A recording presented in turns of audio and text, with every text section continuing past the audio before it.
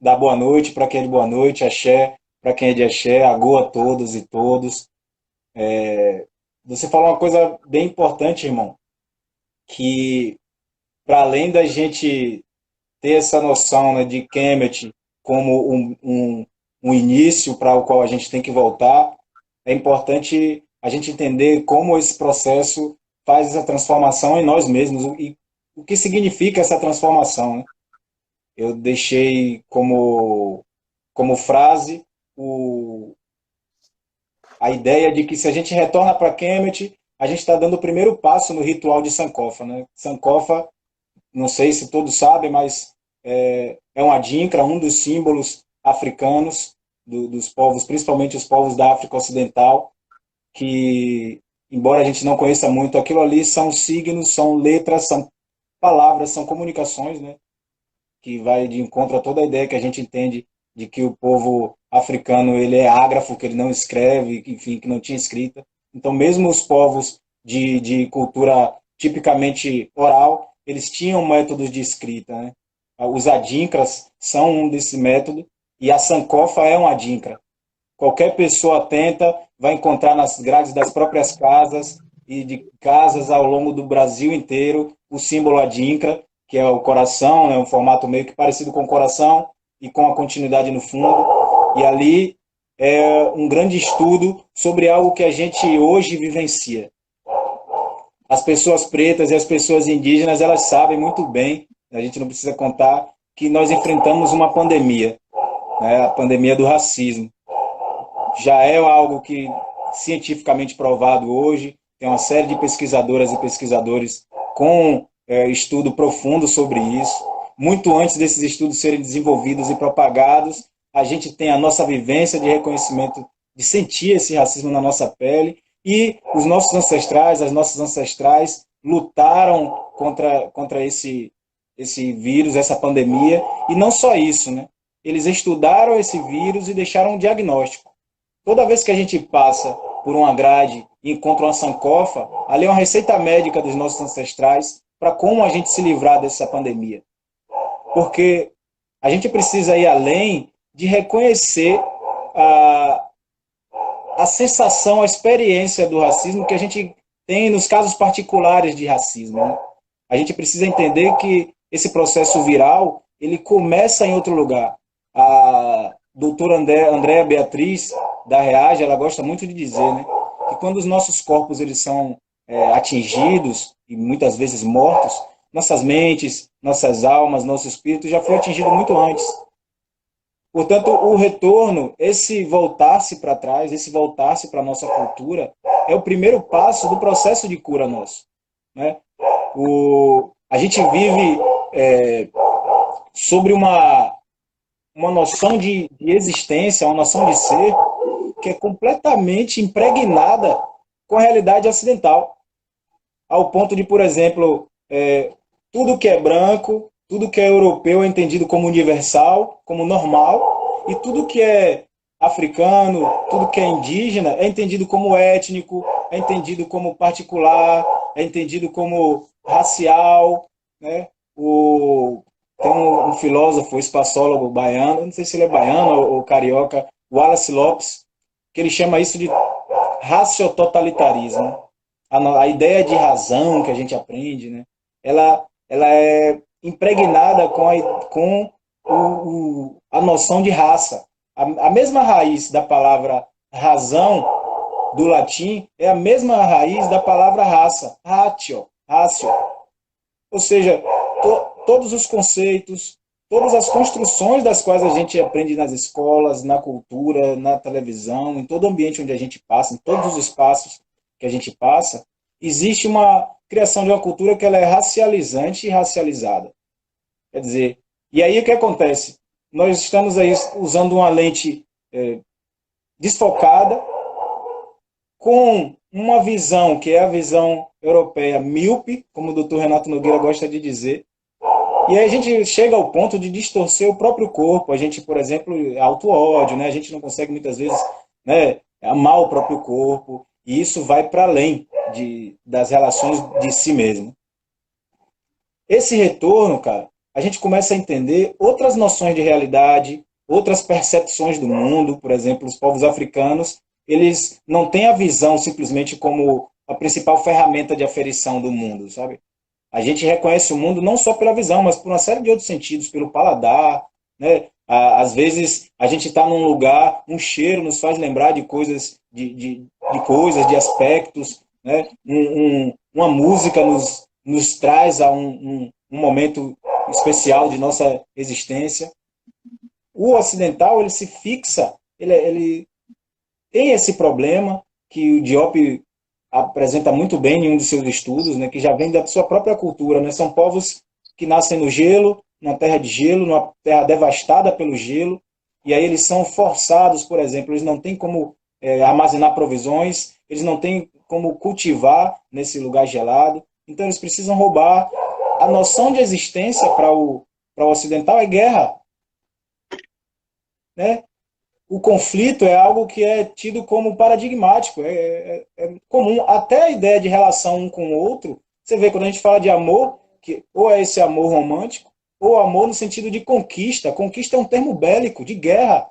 Eu tenho que conquistar o outro, eu tenho que manipular a vontade do outro. Às vezes, isso é muito bom para a gente entender as nossas relações conosco, né? As nossas relações do outro. Muitas vezes, às vezes a gente está agora eu estou namorando e tal, mas muito antes disso as pessoas perguntam assim, sempre por que você está com essa pessoa? Como você conseguiu, sabe? Né? É essa noção do bélica, do conquistar, do tomar, do se apossar, que é bem adoecedor. Voltar para a África, para voltar para Kemet, nós encontramos primeiro o conceito, e aí é importante a gente saber que quando a gente volta para Kemet, a gente está voltando para um povo que já estava bem estabelecido 2000 anos antes de existir a Europa, como a gente concebe. Os europeus, que a gente chama aqui de europeus, nem sequer se viam como povo ainda, eles viviam em clãs nômades, tentando sobreviver ao frio. Enquanto isso acontecia na Europa, os africanos estavam construindo pirâmides, eles estavam desenvolvendo a medicina, eles estavam desenvolvendo a engenharia, tinha toda uma concepção de mundo preparada para isso. Então, quando a gente volta para Kemet aqui, não é um movimento de oposição à Europa, não é um movimento anti-europeu. Essa concepção sequer entra no nosso cálculo, sequer entra na nossa percepção. E aí, muitas vezes, a gente, quando fala sobre Kemet, quando fala sobre África, ouve de algumas pessoas desavisadas que, cuidado, porque você está falando de um conceito de purismo. Ela vem com os óculos ocidentais, né, dicotômicos, monocromáticos, e diz, não, esse conceito é perigoso. O continente africano já é povoado há pelo menos 150 mil anos. E essa noção de racismo, de conquista, de nacionalismo imperial, isso acontece com a Europa. É o povo europeu que traz essa ideia, e não só essa ideia, a própria prática da conquista, a própria prática da dominação. Kemet, e aí agora eu começo a falar realmente sobre África, ele se constitui ali naquela região central da África, né? É uma região desértica, e aí é importante a gente falar sobre isso, porque muitos estudiosos, eles temem em separar a África subsaariana, né? Tem como o Saara como se fosse uma espécie de fronteira dos povos. E aí eles apresentam esses povos do norte como afroasiáticos, quando não europeus, né? Mas é importante a gente entender que aquela região nem sempre foi desértica. E mesmo não sendo desértica, ela já era povoada. Quando o deserto se fez, esses povos se separaram, mas a troca cultural ela já havia acontecido. Eram povos pretos. E aí, esses diversos povos que margeavam ali o Nilo, eles foram forçados pela situação extrema ali de deserto, não há chuva, né? A própria existência do rio Nilo é um milagre realmente, um rio que é um dos mais extensos do planeta, se não me engano, eu não bem na memória agora, se não é o primeiro, é o segundo maior do planeta, né? O segundo maior rio e mais caudaloso do planeta, num lugar desértico, onde onde se chega a 40 graus durante o dia. E aí esses povos precisaram se unir. A coletividade, a ideia de coletividade, a ideia de solidariedade foi fundamental para a própria existência daquele povo, diferente do que acontece com os povos ocidentais, que eles precisavam tomar, roubar. Os povos africanos eles precisaram se unir para construir casas, para construir represas, para construir pontes, para construir embarcações, para armazenar as provisões, porque eles faziam colheita, e aí essa colheita precisavam de muitas pessoas. Uma outra coisa que a gente nota nessa diferença é que os papéis eles já não são vistos da mesma forma que ele é visto em África, né? Ou desculpe, na Europa. Por exemplo, na Europa, aquele homem, aquele ser, né? Aquelas pessoas que estão ali precisando guerrear, a característica principal para a sobrevivência deles é a força bruta. E, biologicamente, o homem é mais forte que a mulher. Né? Então, a partir disso, tem toda uma série de coisas que a gente já vivencia, que a gente já aprendeu. Né? Nossos irmãos pretos, né, às vezes, reproduzem esse comportamento de violência sobre a mulher. Já em África, isso não acontecia. Né? Na verdade, a mulher ela tinha um papel muito importante, tão importante quanto o homem. A mulher era entendida como complementar do homem. E para além dessa relação da mulher com o homem, a própria noção de gênero ela é completamente diferente do que a gente entende na Europa. O gênero não é uma questão para os africanos. As posições sociais, as relações sociais, por exemplo, de paternidade e maternidade, não dizem respeito especificamente ao gênero. Existem mães que são homens em África, existem pais que são mulheres em África. Isso não significa que todo mundo é assim, né? Não há problema com relação a isso. Isso é algo que a gente precisa ter muita calma no momento que a gente vai, porque às vezes a gente vai para esse lugar com as lentes ocidentais, né? E tira conclusões precipitadas, antes mesmo de entender, antes mesmo de se deparar com eles. Tá tudo bem aí, por enquanto, até aí? Alguém tá legal? Voltando agora ao nosso raciocínio, né? Esse processo de cura, né, esse retorno à nossa, seguindo essa receita dos nossos médicos, né, das nossas mais velhas, de retornar a esse passado que é nosso, genuinamente, e aí eu digo, né, com esse cuidado, quando eu digo genuinamente, está fora dessa noção de pureza que o Ocidente entende, sabe? Está fora dessa relação dicotômica, hierarquizada, sabe? Hierarquizante. Mas, por uma questão puramente histórica, é genuíno porque a gente está falando do momento de formação e desenvolvimento da nossa cultura, no momento em que a gente não tinha relações com os povos ocidentais, não sofria influência dos povos ocidentais. Então ela é genuinamente nossa nesse sentido. E é importante a gente não ter problema em falar isso, não ter problema em se sentir africano, não ter problema em se sentir descendente de africano, porque nós não somos, porque não há confusão quando a gente é seguido nos ambientes. Não há confusão quando as nossas manifestações espirituais e religiosas elas são perseguidas nos ambientes. Não há confusão quando a nossa estética ela é perseguida nos ambientes. Quer dizer, se para as questões ilusórias, negativas e preconceituosas desses povos não há confusão de que nós somos africanos, qual é a resistência de nós aceitarmos essa africanidade naquilo que é genuíno, daquilo que é dela mesma, né? Daquilo que nos pertence como cultura, daquilo que nos pertence como que a gente realmente é. Né? Tem algumas irmãs, eu tenho um grupo de estudos em que eu faço esse trabalho de consultoria, mentoria, e aí tenho pessoas de diversas áreas, né? E aí uma irmã da psicologia chegou para mim e falou, cara, eu acho importante esse nosso contato porque eu percebi que a universidade ela não me deu o que eu preciso. Como psicóloga, como pessoa preta, ela não diz nada sobre mim. Né? E é algo que o próprio Wallace Lopes ele diz também. Né?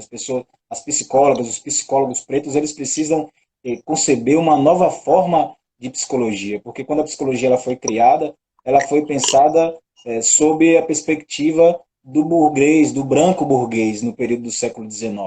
Ela não foi pensada no povo preto, o que o povo preto estava passando, o que o povo preto estava sentindo. Né? E aí esse processo nosso, holístico, ele lida com essas relações, né? Com essa relação de cura, com essa relação de autocuidado. E aí eu volto para aquela noção nossa de amor. que não tem a ver com conquista, que não tem a ver com metade, ninguém, que é outra noção ocidental de ser um outro, se completar com a outra, ou aquela noção idílica, né, ideal do amor abstrato, né, que é um amor abstrato. Não é nada disso. Amor é vida para o africano. O conceito que os queméticos usavam era o conceito de meri. E aí, amor e vida significa a mesma coisa. E nesse sentido de amor e vida significar a mesma coisa, amor é cuidado, amor é alimento, amor é afeto, amor é atenção. Então, é nós desenvolvermos essas características, nós desenvolvermos esse aspecto de que está em nós, em nosso DNA, está em nossa memória genética, né? Que está para além.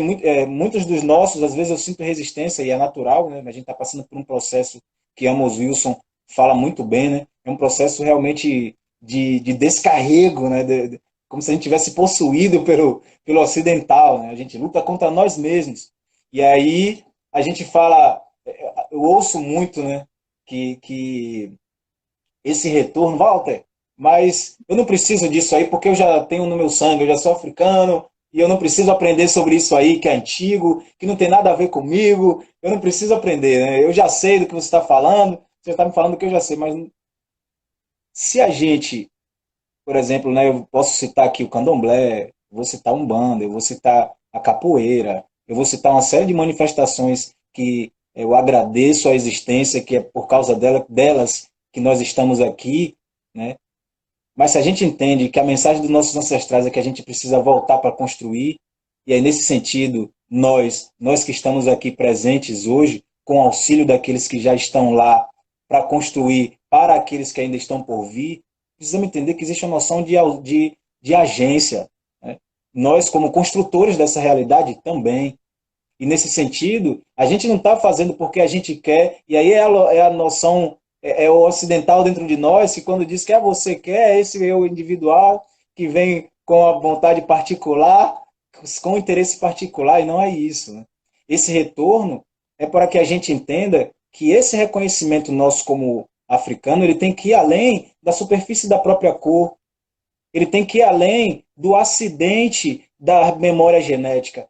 Tem que ser um movimento consciente, nós precisamos saber o que estamos fazendo, né? Por que estamos fazendo? Para que nós estamos fazendo? De fato, a gente encontra a África na capoeira, de fato a gente encontra a África no boxe, que boxe também é uma arte africana. Né? A gente encontra, você vê, o movimento do boxe é um movimento de círculo, tudo isso é muito africano. Né? Hoje, o ocidental que modificou, mas o início do boxe, o ringue era circular. E aí os britânicos resolveram transformar num quadrado, que isso é bem ocidental, né? Angular. Mas o boxe, a capoeira e todas as outras manifestações que a gente conhece muito bem, elas têm muito de africano pela luta, pela guerra, pela batalha dos nossos para resistir, para sobreviver. Né? E aí você vê que mesmo com mais de 100 milhões de mortes de lá para cá, há pelo menos 500 anos, nós ainda somos maioria da população mundial. E isso não é à toa, né? Isso não é à toa. É a vitória nessa ação. E agora é preciso que nós, com esse terreno preparado, com esse alicerce posto pelos nossos ancestrais, comecemos a construir as nossas casas, né? Comecemos a construir. E aí agora usando esse gancho de construir as nossas casas, amor é sentido de casa também. A palavra casamento, tem um irmão meu, a Sami Hotep, que eu vou estar dando a entrevista para ele amanhã, um afro-americano, e que ele apresenta muito bem, é um estudioso também de Kemet, da língua quemética, nós estudamos juntos, ele já está há 20 anos aí estudando sobre Kemet do ponto de vista linguístico, e aí ele apresenta que a noção de casamento a gente toma, linguisticamente, o Ocidente tomou de empréstimo, casar como verbo, fazer uma casa, manter um ambiente seguro, um ambiente de cuidado, um ambiente de afeto. Você percebe como? E aí a gente começa a perceber como tudo que esses povos trouxeram, que esses povos dizem que é original, é nosso. Mas aí assim, Walter, então eu não preciso mudar, não, porque se é inconsciente, é por acaso, é acidente, isso não é autonomia, né? Isso de forma alguma é agência, porque se é inconsciente, é acidente, não é autônomo. Não, a gente precisa se entender, e aí o grande lance de nos voltarmos, o grande lance da mensagem do Sankofa, eu insisto em repetir, essas mensagens elas estão ao nosso redor, nas janelas e grades, até hoje, forjadas em ferro, não à toa, né? Forjadas no ferro. Essas mensagens significam que a liberdade, ela depende de nós. Não temos como ficar pedindo ao povo que vive sobre nossas custas que eles parem de fazer isso. Nós temos que nos habilitar e construir esse mundo de uma forma em que nós não precisemos mais disso. E fazermos isso, precisamos fazer esses ebós para voltar ao passado e construir esse nosso futuro. Nós construirmos. Né? Nos vemos dessa vez como coadjuvante. A gente chega na escola, aprende que a história foi feita pelos povos brancos, a gente não se vê representado nos livros, a gente não se vê representado na construção, e isso nos condiciona a nos entendermos como aquilo que as músicas dizem, a vida, deixa a vida levar, né? Nós somos os coadjuvantes da história. O mundo não é nosso, a sensação de não pertencimento no mundo vem daí, essa sensação de ser alienígena vem daí.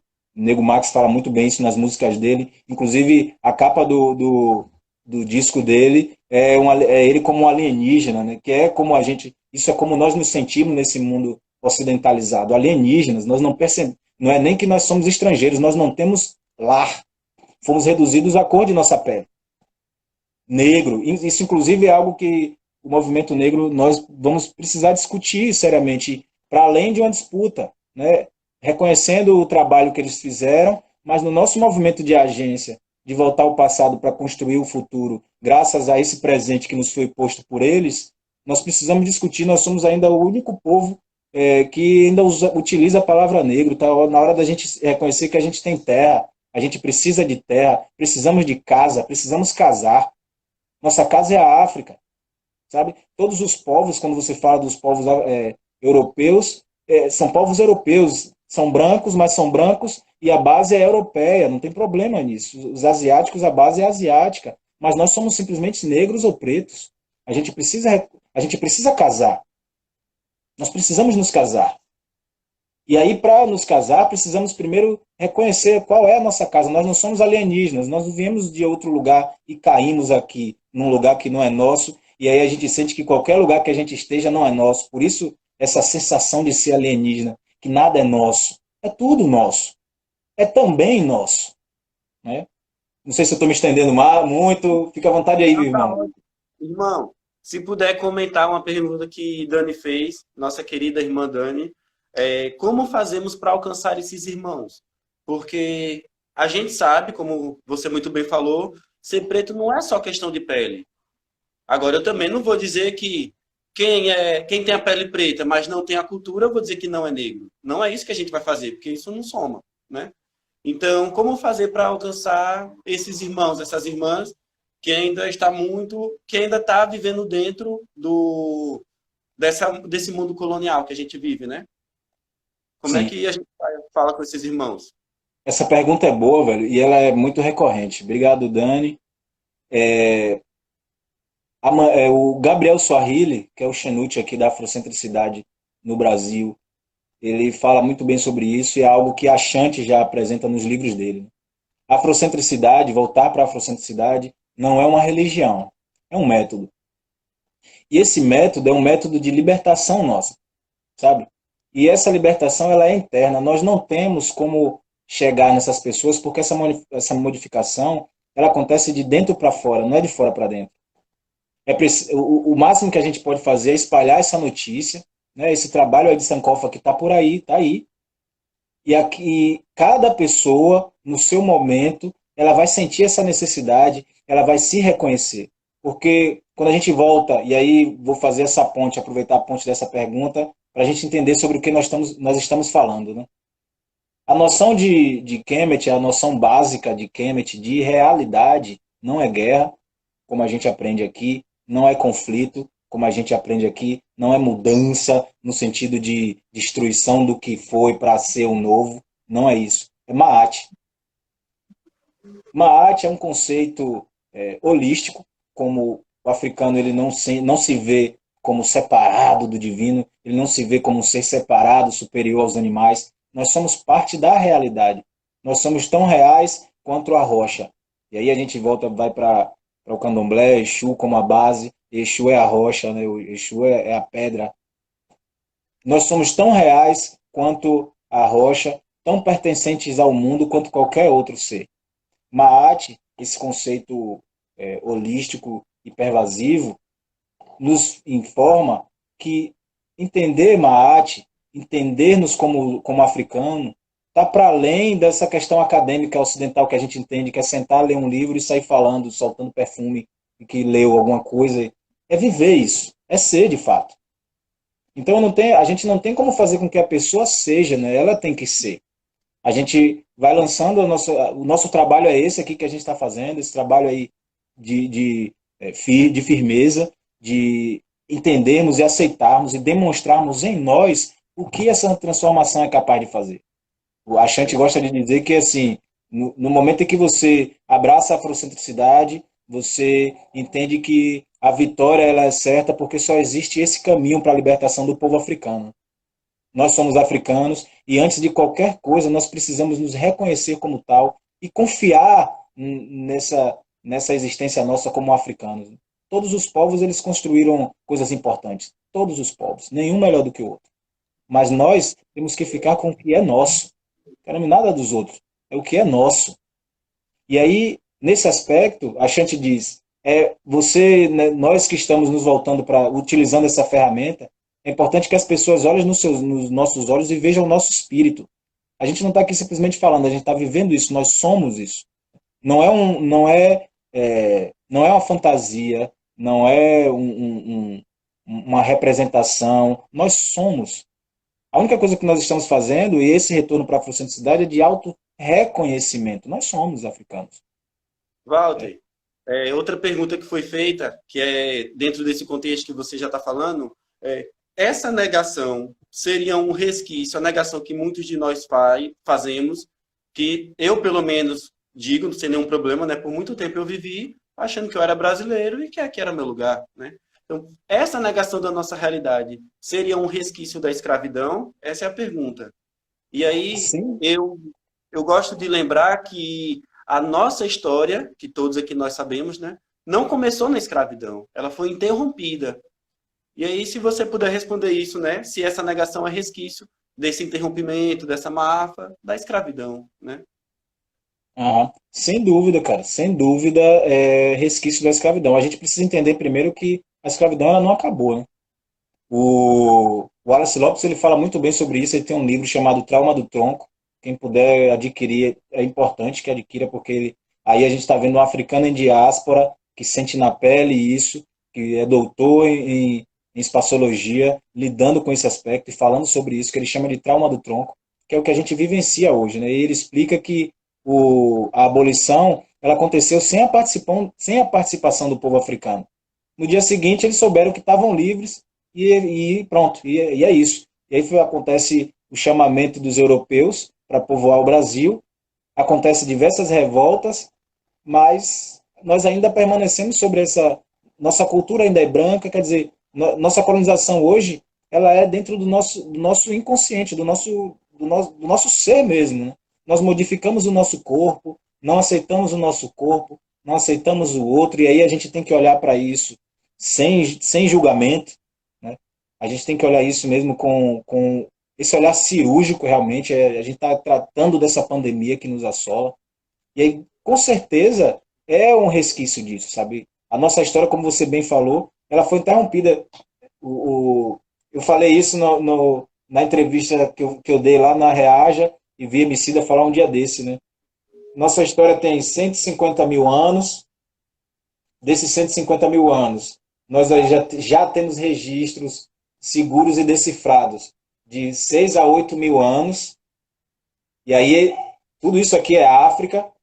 Aí tem 500 anos, que foi essa pandemia que nos assolou, que nos assola. E eles apresentam para a gente que esse é a nossa história.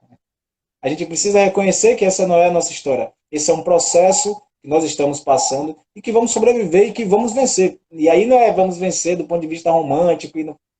É esse momento aqui que a gente está fazendo, porque durou 2000 anos para o continente africano ser completamente tomado.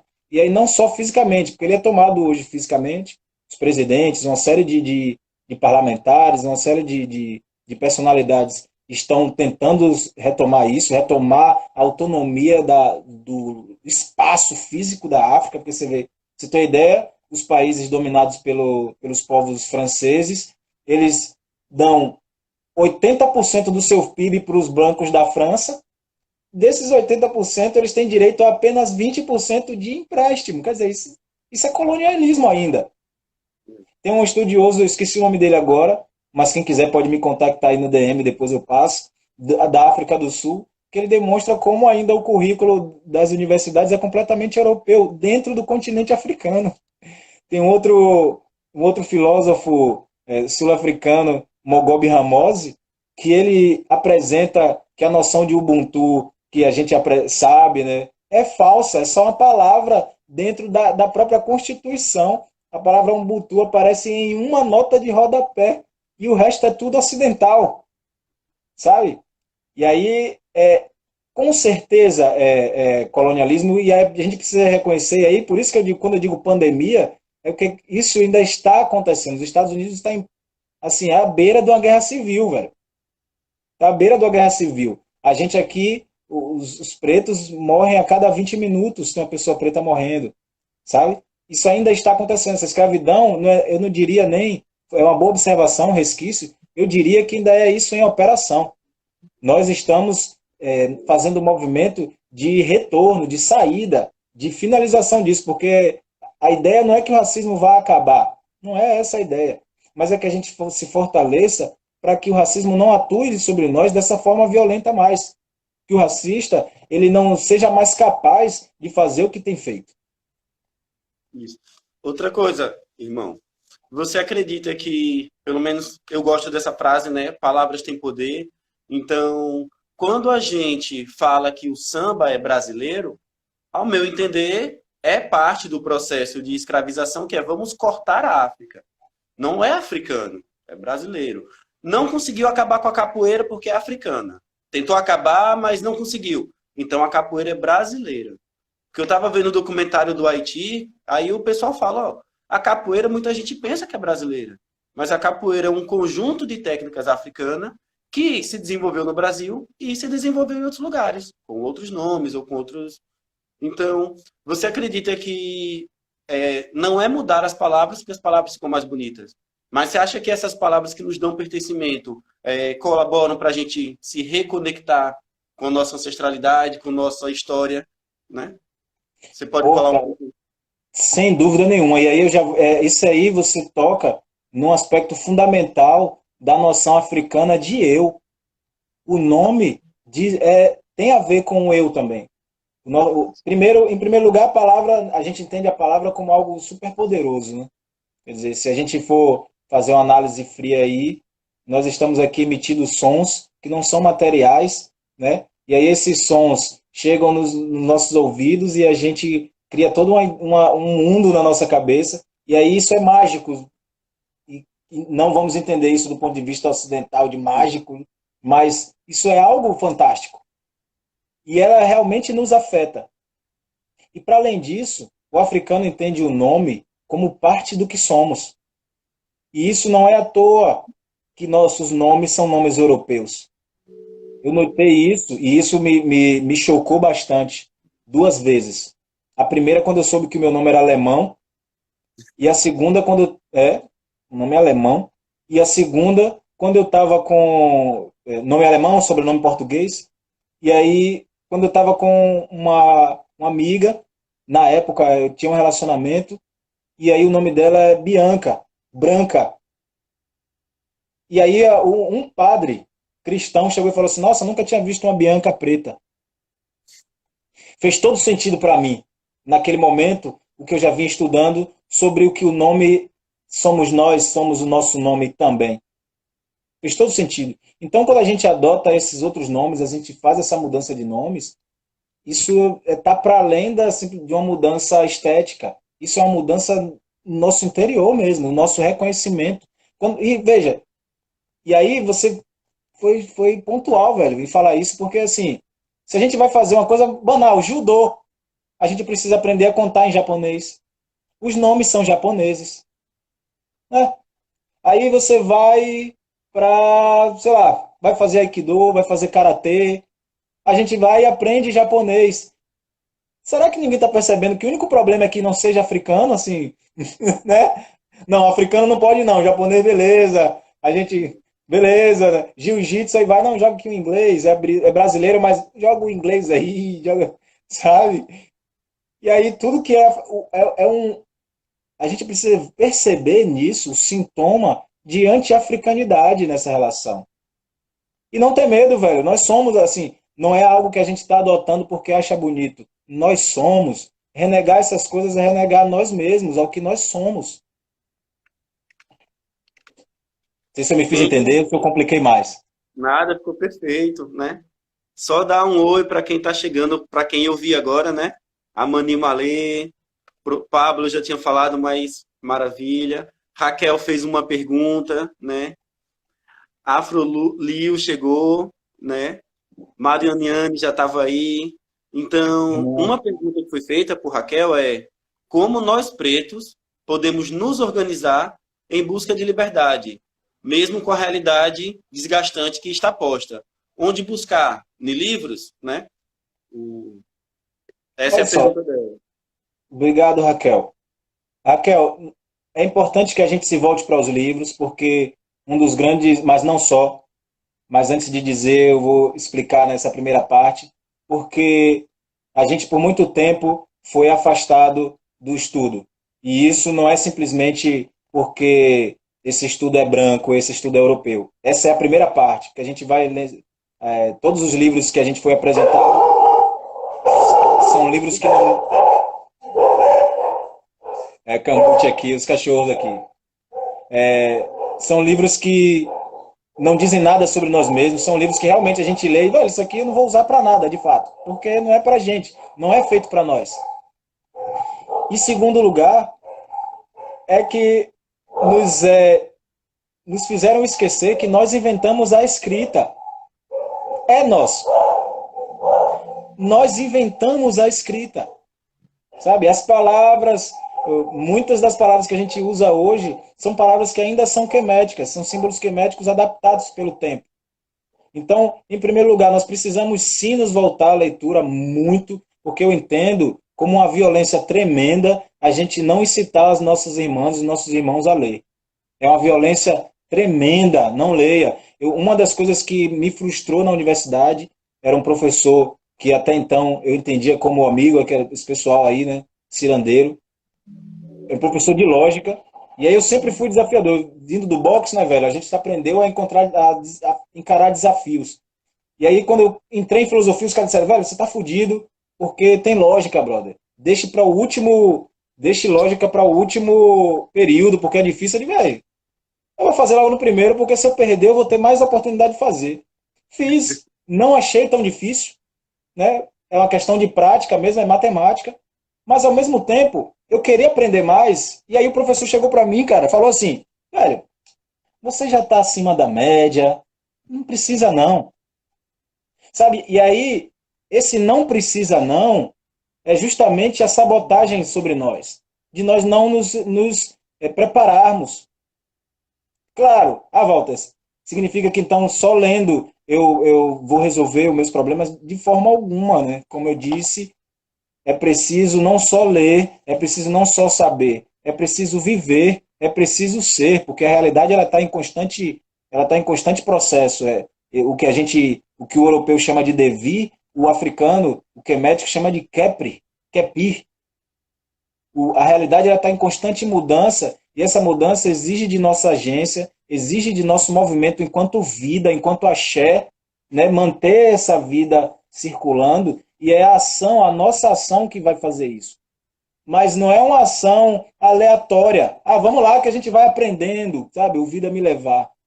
E aí é um outro resquício é um outro sintoma desse vírus que nos atinge, sabe? Precisamos ler de um lado, Raquel, e do outro lado é preciso se organizar, busca uma organização, sabe? Não existe organização perfeita, porque estamos todos em processo de diáspora, mesmo dentro do continente nós estamos em diáspora cultural, mental, espiritual, né? Então, o nosso lugar ainda não é plenamente africano, nós estamos retomando o nosso próprio ser, e aí, nesse sentido, nenhuma organização vai ser perfeita. Encontre uma organização para que você possa fazer esse movimento, para ser cuidada, para cuidar, para ser acolhida, para acolher. Se não der certo, procure outra, crie. E antes de qualquer coisa, velho, procure-se a África antes da Europa.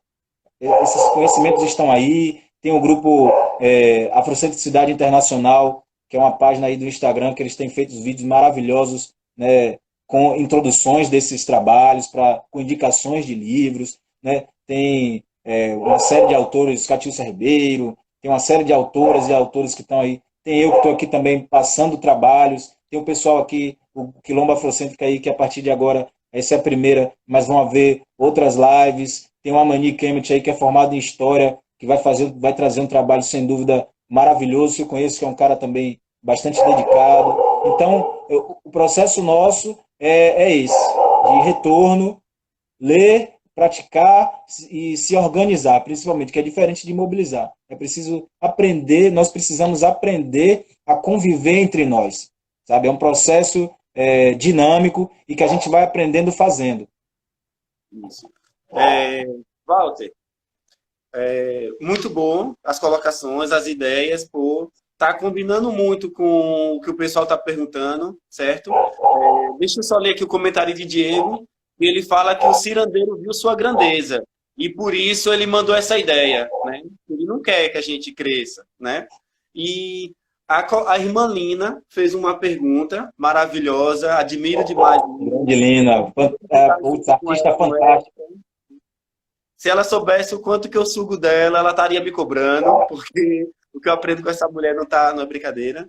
Então, se eu não me engano, falta mais ou menos uns 5 minutos para a live cair.